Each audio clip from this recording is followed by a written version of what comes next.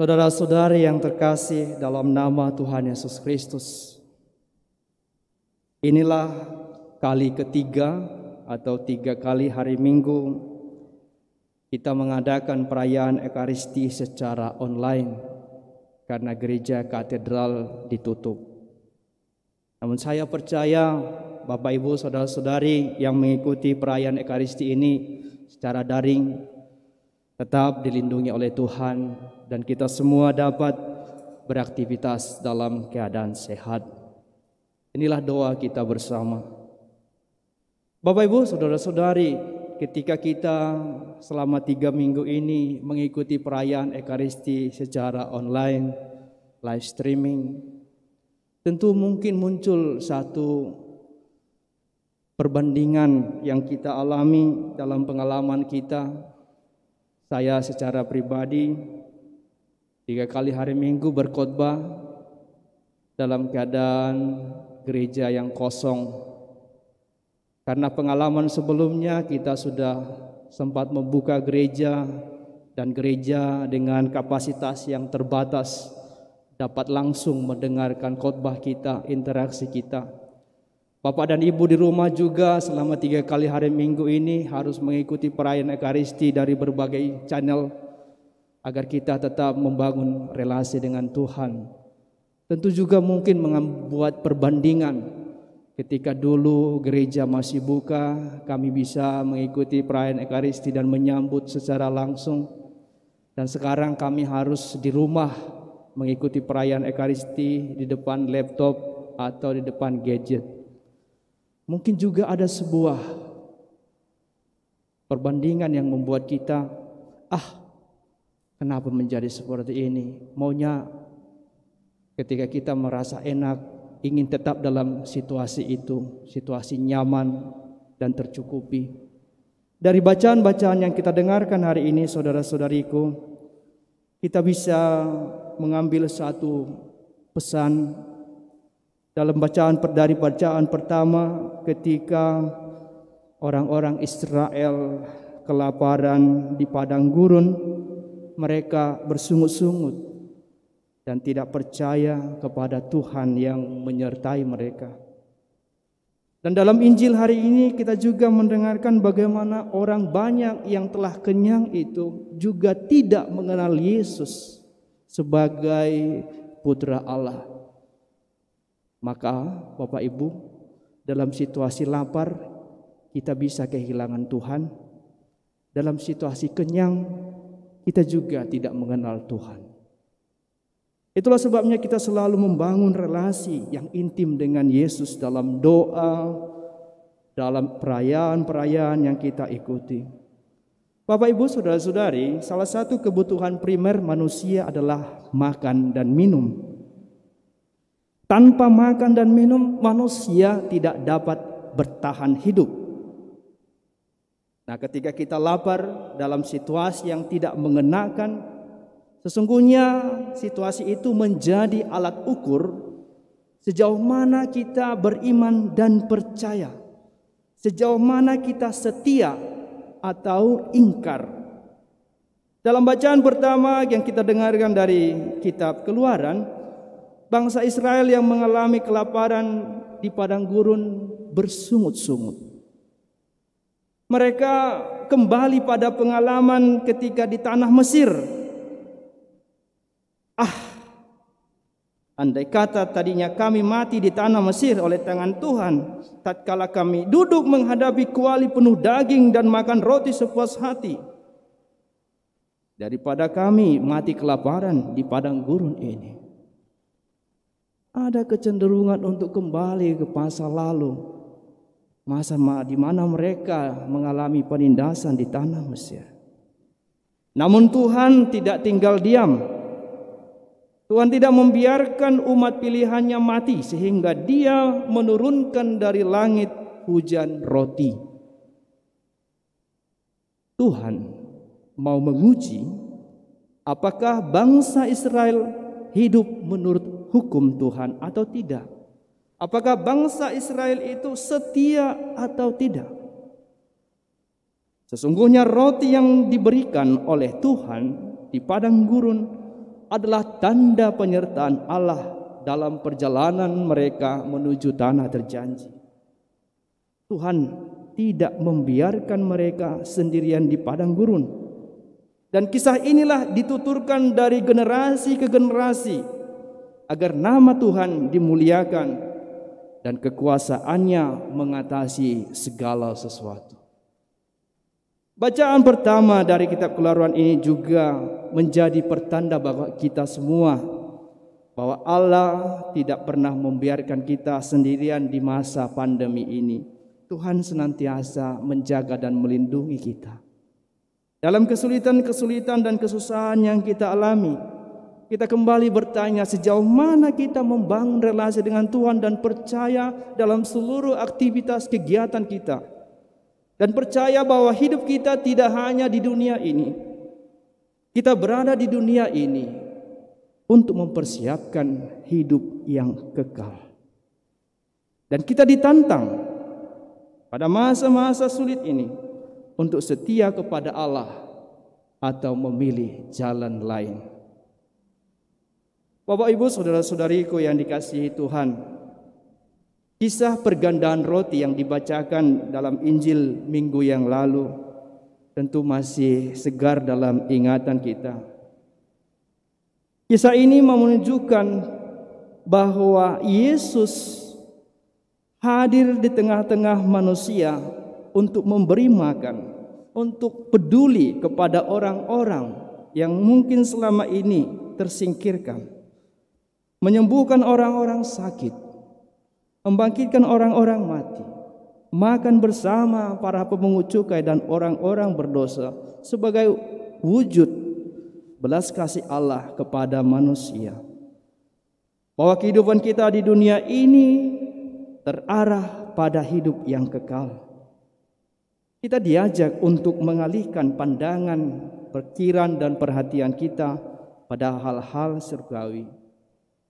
Yesus dalam bacaan Injil hari ini menjelaskan kepada kita makna roti kehidupan. Berangkat dari pengalaman bahwa orang-orang banyak itu telah dikenyangkan 5.000 orang dengan 5 roti dan 2 ikan. Dalam percakapan antara orang banyak dengan Yesus, menjadi jelas apa yang sebetulnya diinginkan orang-orang itu ketika mereka mencari Yesus. Orang banyak ketika bertemu dengan Yesus dan bertanya kepadanya, "Kapan engkau tiba di sini, Guru?" Mereka mencari Yesus karena mereka ingin menjadikan Yesus sebagai raja, sebagai pemimpin. Dan mereka heran bahwa Yesus menghindar dari apa yang mereka inginkan. Yesus dalam misinya mewartakan kerajaan Allah hendak menyadarkan orang-orang banyak itu bahwa kehadirannya di dunia ini adalah untuk mewujudkan cinta kasih Allah bagi semua orang.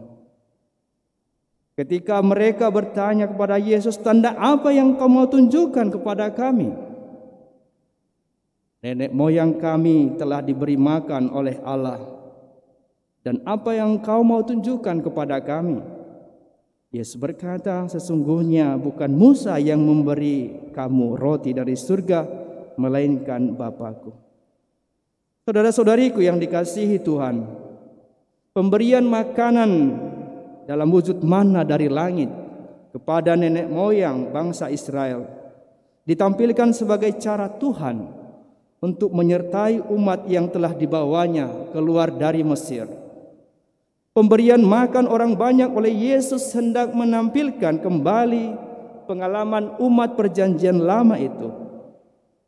Namun mereka belum dapat melihat bahwa Yesus adalah utusan Allah yang sungguh-sungguh hadir mewujudkan kasih Allah di tengah dunia. Yesus hadir di tengah-tengah kita, sabda yang menjadi daging, roti hidup yang tinggal di tengah-tengah kita. Dan ketika Yesus menjelaskan itu kepada mereka, mereka berkata, "Tuhan, berilah kami roti itu senantiasa." Dengan meminta, kita siap menjadi pengikut Kristus yang setia, mengarahkan pandangan, pikiran, dan hati kita untuk mencari perkara-perkara surgawi, tidak terlena dengan kebutuhan-kebutuhan duniawi yang sering membuat kita kehilangan iman. Dan Yesus berkata dalam Injil hari ini, barang siapa datang kepadaku, dia tidak akan lapar lagi. Dan barang siapa percaya kepadaku, dia tidak akan haus lagi. Saudara-saudariku, kita diajar oleh Yesus untuk membiarkan iman menjadi bagian kehidupan kita. Dan bagaimana cara kita menjalankan hal-hal yang berkenan kepada Allah. Kalau seseorang bertanya kepadamu, siapa Tuhan itu? Maka berikanlah kepada dia sepotong roti dan katakanlah, inilah Tuhan. Merayakan Ekaristi setiap hari Minggu, berarti kita bersedia untuk diubah. Kita bersedia untuk menyerahkan diri dan milik untuk orang lain, seperti yang ditunjukkan oleh Yesus, roti kehidupan. Kalau kita masih egois, mementingkan diri sendiri, sekalipun kita rajin merayakan Ekaristi, baik secara offline ataupun secara online, apa gunanya semua itu? Ekaristi selalu mempunyai implikasi kerelaan untuk berbagi, sehingga orang lain diperkaya, sehingga orang lain diselamatkan dan dibebaskan dari penderitaannya. Saudara-saudari, seorang yang mau memberi diri dan miliknya tidak akan pernah jatuh miskin. Orang yang mau memberi dengan tulus akan dilimpahi dengan berkat dan menghasilkan banyak buah. Kurang-kurangnya dia mengalami sukacita ketika memberi dengan tulus, sehingga orang yang lapar akan makan, orang yang sakit akan disembuhkan, orang yang mengalami keputusasaan akan memperoleh kekuatan dan penghiburan. Namun bila kita berhenti memberi, berarti kita berhenti menghasilkan. Kalau kita berhenti memberi, berarti kita mati. Teladan Yesus dalam hidup kita adalah ketaatan sempurna kepada kehendak Allah hingga akhir hidupnya. Dan hidupnya menjadi bukti nyata. Dia roti hidup, tanda penyertaan Allah dalam seluruh perjalanan hidup kita. Setiap kali kita menerima Kristus dalam Ekaristi, tubuh Kristus, kita menjawab amin. Kita percaya, dan Yesus yang kita santap akan membuat kita juga menjadi pribadi-pribadi yang mampu menjadi saluran berkat Tuhan bagi sesama. Kita menjadi kuat, kita yang berputus asa memiliki pengharapan. Maka hidup Kristiani kita dalam bacaan kedua yang kita dengarkan hari ini adalah kesanggupan untuk beralih dari manusia lama menjadi manusia baru. Mengharuskan kita untuk maju terus dan berkarya. Tidak boleh tinggal diam ketika melihat penderitaan sesama. Tidak boleh menghindari salib yang harus dipikul setiap hari. Dalam situasi sesulit apapun, kita selalu mempunyai cara untuk memberi makan orang lapar, menguatkan orang yang terpuruk, karena kita melakukannya dalam nama Tuhan. Semoga saudara-saudariku dimanapun berada, kita semua dilindungi Tuhan pada masa pandemi ini. Semoga kita mampu mengulurkan tangan kita, membantu orang-orang yang lapar, miskin, dan terpinggirkan. Semoga segala usaha baik kita mendatangkan berkat bagi kita dan kemuliaan bagi Allah. Kemuliaan kepada Bapa dan Putra dan Roh Kudus, seperti pada permulaan, sekarang, selalu, dan sepanjang segala abad. Amin.